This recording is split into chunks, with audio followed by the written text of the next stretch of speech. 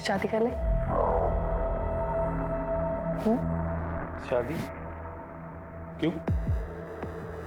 अरे प्यार करते हो ना, और अब हमारे बीच में इतना सब कुछ हो गया है तो शादी तो करोगे ना। पागल हो गई है तू? दिमाग खराब हो गया तेरा?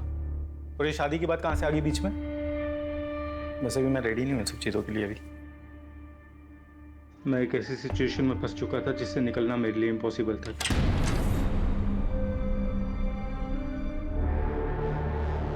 आओ ना। सुधीर, क्या है ये सब? माँ, मैंने शादी कर ली है। क्या है, कौन है? बताया नहीं, अचानक शादी करके आ गया। बेशक निशा ने मेरे भाई से शादी कर ली थी, मगर उसने फिर भी मेरा पीछा नहीं छोड़ा था। इसीलिए मैंने दिल्ली ट्रांसफर ले लिया और यहाँ से चला गया। लेकिन पिछले साल जब मैं छुट्टियों में घर वापस आया तो आई लव यू नमन। क्या कर रही हो तुम? पागल हो गई हो? घर में कोई नहीं है, टेंशन मत लो, किसी को पता नहीं चलेगा। निशा तुम मेरे भाई की बीवी हो, समझी ना? हाँ, तुम्हारे भाई की बीवी हूँ क्योंकि मैं तुमसे प्यार करती हूँ और इसीलिए मैंने उससे शादी की। समझ में आया तुम्हें? तुम्हारा दिमाग खराब हो गया क्या? निकल जाओ मेरे कमरे से अभी क्या भी।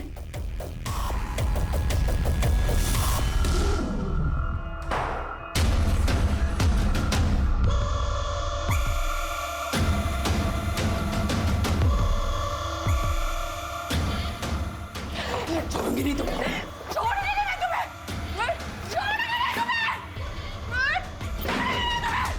तूने मुझे छोड़ने की हिम्मत कैसे की? हाँ, छोड़ूंगी मैं। क्या कर रही हो तू? पागल हो गई क्या? छोड़ो, छोड़ो, बर्बाद कर दूंगी मैं तुम्हें, बर्बाद कर दूंगी मैं, तुम्हें बर्बाद कर दूंगी। मैं भागा क्यों? सर क्योंकि उसने मुझ पर झूठा इल्जाम लगाया था, इसलिए मैं भागा सर। ये ऐसे नहीं बोलेगा, इसका अच्छी तरह से भरता बना। सर प्लीज सर, मैंने कुछ नहीं किया सर, मैंने। ठीक है सर। अनामिका के केस में कुछ इंपॉर्टेंट चैट्स मिले हमारी टेक्निकल टीम को। अनामिका किसी से चैटिंग कर रही थी। उस आईडी का आईपी एड्रेस निशा के घर में लोकेट हुआ है। अनामिका और निशा का क्या कनेक्शन हो सकता है? सर एक और इंपॉर्टेंट बात पता चली। क्या? हाँ सर, अनामिका मेरी दोस्त थी और मैंने ही उसे बोला था निशा से चैटिंग करने के लिए नमन बनकर, क्योंकि मैं जानती थी कि नमन भैया निर्दोष हैं। हमने तुम्हारे रिकॉर्ड्स चेक किए, तुमने डिपार्टमेंट से इलीगली पता लगाकर उसे जान से मार देगा। तुम नमन से नहीं बल्कि अनामिका के साथ चैटिंग किया करती थी। अनामिका जो किरण की बेस्ट फ्रेंड है। किरण अनामिका के जरिए तुम्हारी सच्चाई सबके सामने लाना चाहती थी। अनामिका नमन बनकर तुमसे चैट किया करती थी और ये कहती थी कि सब कुछ छोड़कर अगर तुम मेरे पास आ गए तो मैं तुम्हें अपना लूंगी। तुम प्यार के लिए हर जगह भटकती रही, लेकिन ये भूल गई कि तुम्हारा बेटा और तुम्हारी बेटी तुम्हारा असली। क्या है ना कि मेरी हालत ऐसी है कि इसी की वजह से वक्त लग रहा है। सॉरी। तो ऐसी हालत में आपको काम नहीं करना चाहिए। आप अच्छे घर की है, अच्छी दिखती है। आपका यूनिफॉर्म ये कानून किन्नरों का है। आज सरेआम सबके सामने धमकी देके गए थे यहाँ पे वो। तुझे और तेरे बच्चे को हमारी बदुआएं लगेंगे, बदुआएं। तड़प तड़प के मरोगे तुम। वैसे आपकी किसी के साथ कोई पर्सनल दुश्मनी है? सर मैं एक साधारण सा बिजनेसमैन हूँ, मेरी किसी के साथ में क्या दुश्मनी हो सकती है? ठीक है, जैसे कुछ पता चलता हम बताएंगे।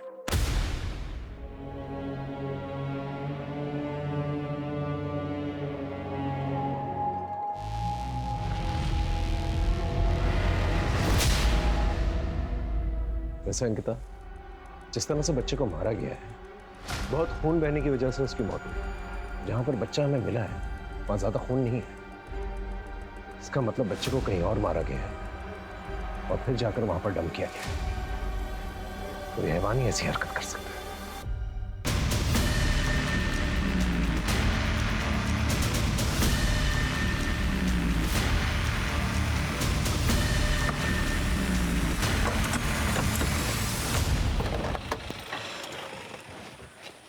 सर मेरी किन्नरों से बात हुई, लेकिन उनको पता ही नहीं कि सुधीर के घर पे उस दिन कौन लोग गए थे।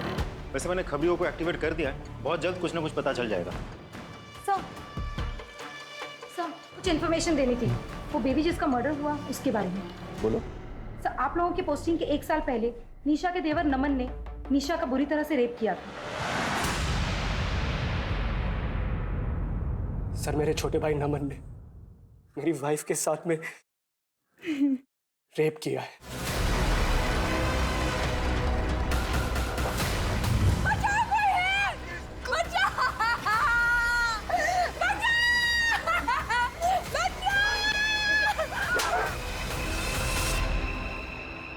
गीता, इन्हें मेडिकल के लिए लेके जाओ और उस नमन का पता करो। जी सर।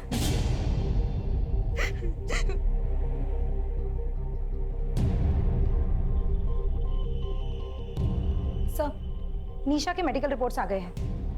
डीएनए सैंपल नहीं मिला है। रेप के वक्त कॉन्डम यूज हुआ था।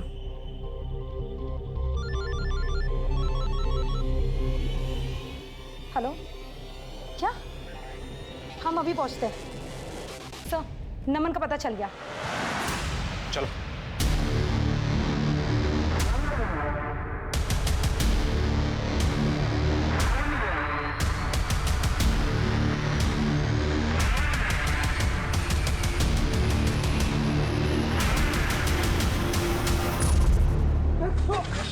लड़की का करता तू पड़ेगा जेल में।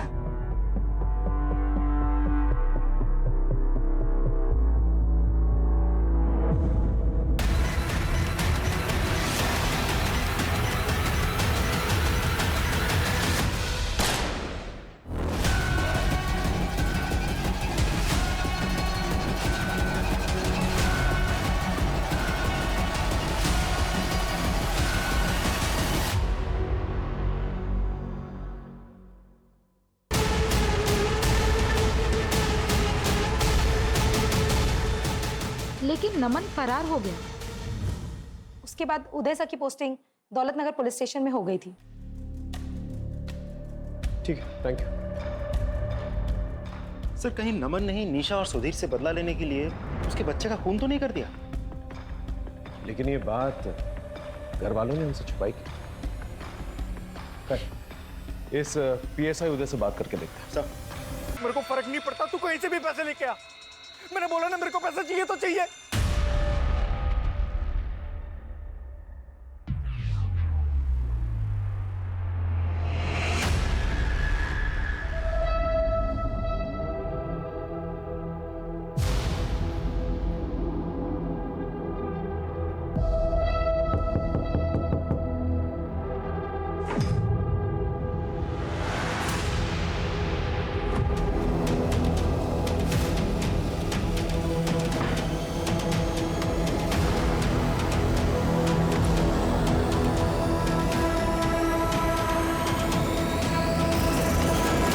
के बीच करीब 6 इंच का फासला है। डॉक्टर का कहना है कि कैंची जैसे किसी शार्प ऑब्जेक्ट से मारा गया है। घर से कोई मर्डर वेपन मिला? नहीं सर, कोई मर्डर वेपन तो नहीं मिला, लेकिन फंक्शन के दिन जितने भी गेस्ट आए थे हम सभी से इन्वेस्टिगेट कर रहे हैं। सर घर वालों के कॉल रिकॉर्ड्स और मोबाइल लोकेशन रिकॉर्ड्स आ गए हैं। सर सिर्फ नीलिमा के कॉल लोकेशन रिकॉर्ड्स जो है थोड़ी सी सस्पिशियस लगती है मुझे। मर्डर के दिन रात के करीब 8:45 पर वो अपने घर से निकलकर 2 किलोमीटर तक गई, फिर वापस आ गई। लेकिन नीलिमा के कहने के मुताबिक घर पे ही थी। इसका मतलब हमसे कुछ छुपा रही है। सर मुझे तो लगता है ये पूरी फैमिली हमसे कुछ ना कुछ छुपा रही है। आप लोगों ने नमन के बारे में हमें क्यों नहीं बताया?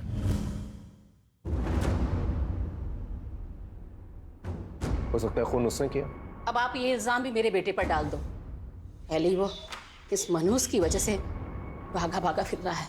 जुर्म करके भागा है आपका बेटा और अब कानून से छुप रहा है। वैसे नीलिमा जी, उस फंक्शन वाले दिन रात को 8:45 के वक्त आप कहाँ थी?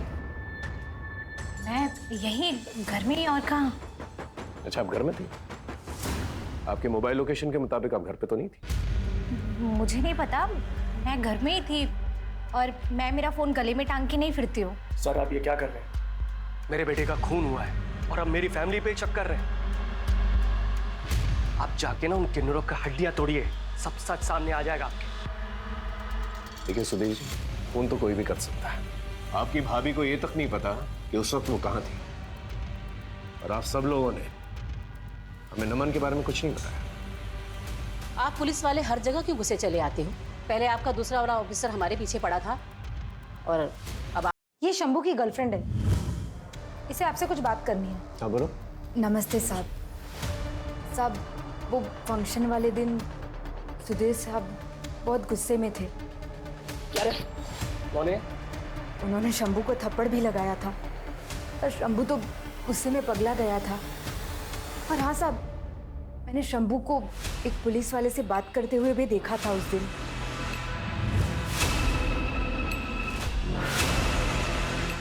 शक्ल देखी थी उसकी? साहब, शक्ल तो नहीं देखी थी, पर पुलिस वाली वर्दी पहनी थी उसने।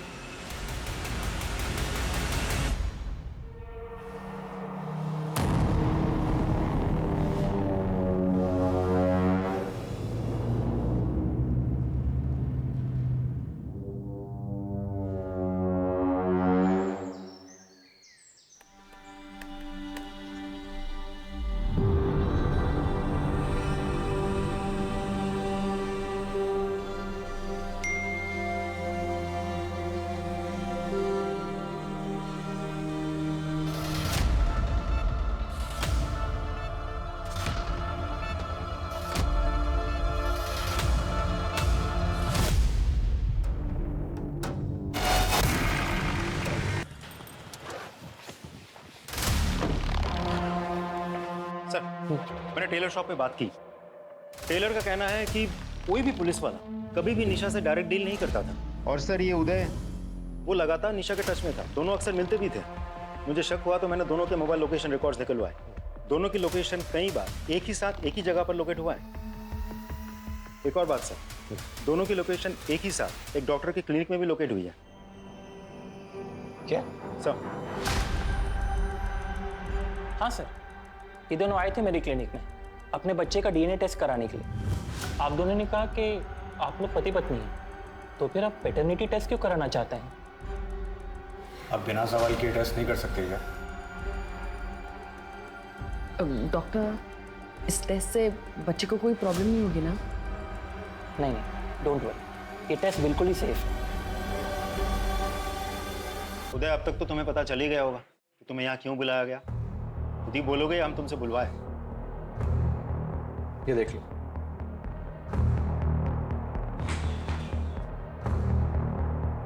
बेल के पेपर्स?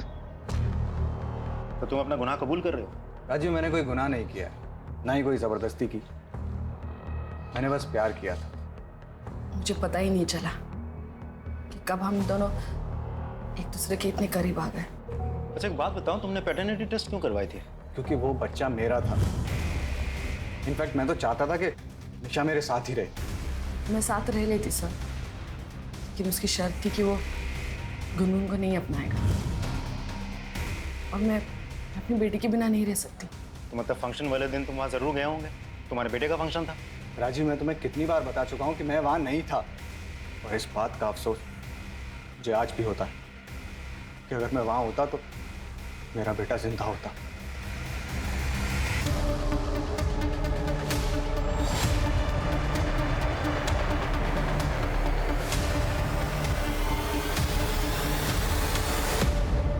इस कैची में तुम्हारे फिंगरप्रिंट्स मिले। सर, मुझे नहीं पता, मैंने कुछ नहीं किया सर। ये कैची तो घर पे रहती है, हो सकता है मैंने कभी कुछ काटा हो, पर मैंने कुछ नहीं किया सर। मैं तो उस जगह पर गई भी नहीं। गीता, ये ऐसे नहीं बोलेगी। अगर ये सच बोल रही है तो एक काम करो, घर के आसपास जितने भी ऑटो रिक्शा स्टैंड है वहां जाकर पूछताछ करो। ये जो भी कल्प्रिट है, अगर ये कैंची जंगल में फेंकने गया होगा तो इतनी जल्दी पैदल वापस तो नहीं आया होगा, किसी रिक्शा या सवारी के जरिए जरूर आया होगा। पता करो। सर, मैं सच में कहता हूँ, मैंने किसी से कुछ नहीं कहा, मैं सच कह रहा हूँ।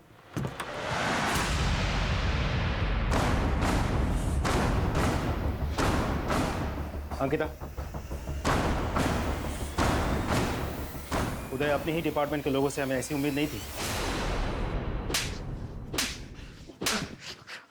अब टाइम वेस्ट करे बगैर बता। शंभू, खत्म कर दे उसे। ये क्या कह रहे हैं सर आप? मैं ऐसा जितना बोला है उतना कर। ये ले, बाकी काम होने के बाद कर देना।